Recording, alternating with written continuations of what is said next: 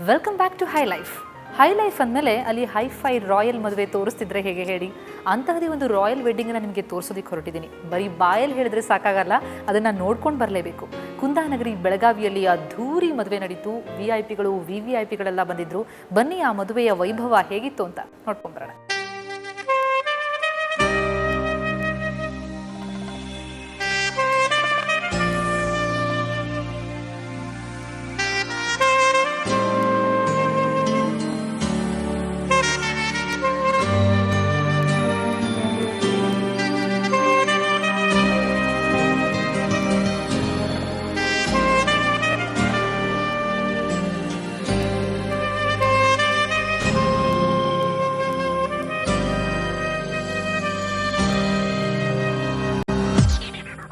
ಭವ್ಯ ಮಂಟಪ, ಬಗೆ ಬಗೆಯ ಹೂವಿನ ಅಲಂಕಾರ, ಅದ್ಧೂರಿ ಮದುವೆಗೆ ಗಣ್ಯರ ಆಗಮನ, ವೇದಿಕೆಯಲ್ಲಿ ನವ ವಧು ವರನಿಗೆ ಶುಭಾಶಯಗಳ ಸುರಿಮಳೆ.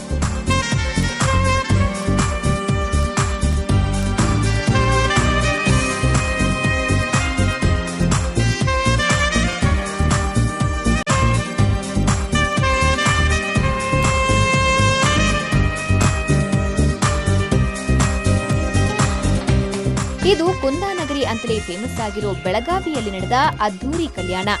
ವಿವಾಹ ಈ ಪಾಟಿಯಾಗಿದೆ ಅಂದ್ರೆ ಯಾರ್ದಪ್ಪ ಅನ್ನೋ ಪ್ರಶ್ನೆ ಬರಲೇಬೇಕು.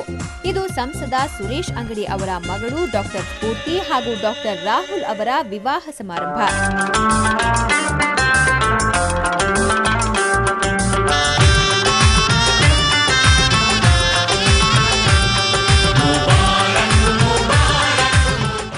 ಗಂಡು ಹುಬ್ಬಳ್ಳಿ ಮೂಲದವನು, ಇಬ್ಬರು ವೈದ್ಯರು.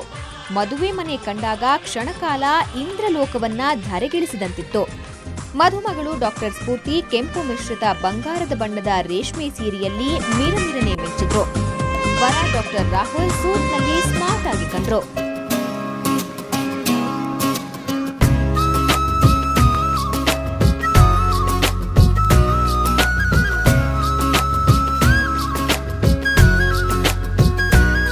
ಗಡಿನಾಡು ಬೆಳಗಾವಿಯ ಜನರು ಈ ಅದ್ಧೂರಿ ಮದುವೆ ಸಮಾರಂಭಕ್ಕೆ ಸಾಕ್ಷಿಯಾದರು.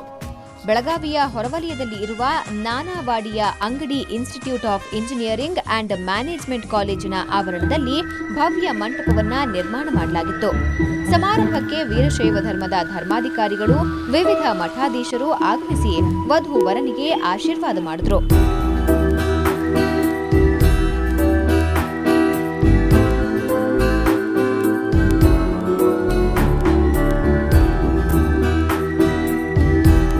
ಮುಖ್ಯಮಂತ್ರಿ ಜಗದೀಶ್ ಶೆಟ್ಟರ್ ಪತ್ನಿಯ ಸಮೇತರಾಗಿ ಬಂದು ನವ ವಧುವರನಿಗೆ ಶುಭ ಕೋರಿದ್ರು.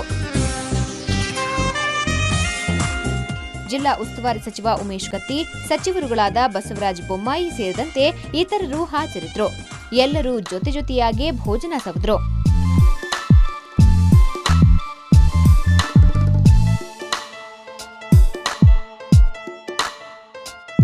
ಊಟ ಬಡಿಸೋದಕ್ಕಾಗಿಯೇ ಮುಂಬೈನಿಂದ ಯುವತಿಯರನ್ನ ಕರೆಸಲಾಗಿತ್ತು. ಅಂಗಡಿ ಇನ್ಸ್ಟಿಟ್ಯೂಟ್ನ ಎಲ್ಲ ಸಿಬ್ಬಂದಿ ಈ ಮದುವೆಯಲ್ಲಿ ಭಾಗಿಯಾಗಿದ್ರು.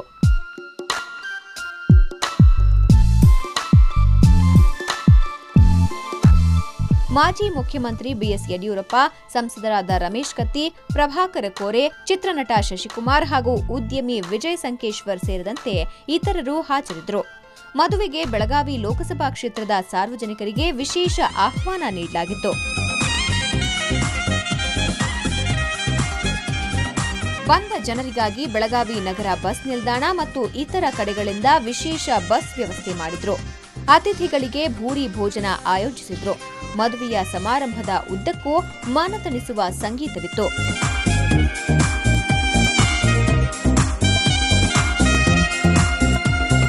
ಕುಂದಾನಗರಿಯ ಕಲ್ಯಾಣವಂತೂ ಸಖತ್ ಕಲರ್ಫುಲ್ ಆಗಿತ್ತು, ಸಖತ್ ರಾಯಲ್ ಆಗಿತ್ತಲ್ವಾ.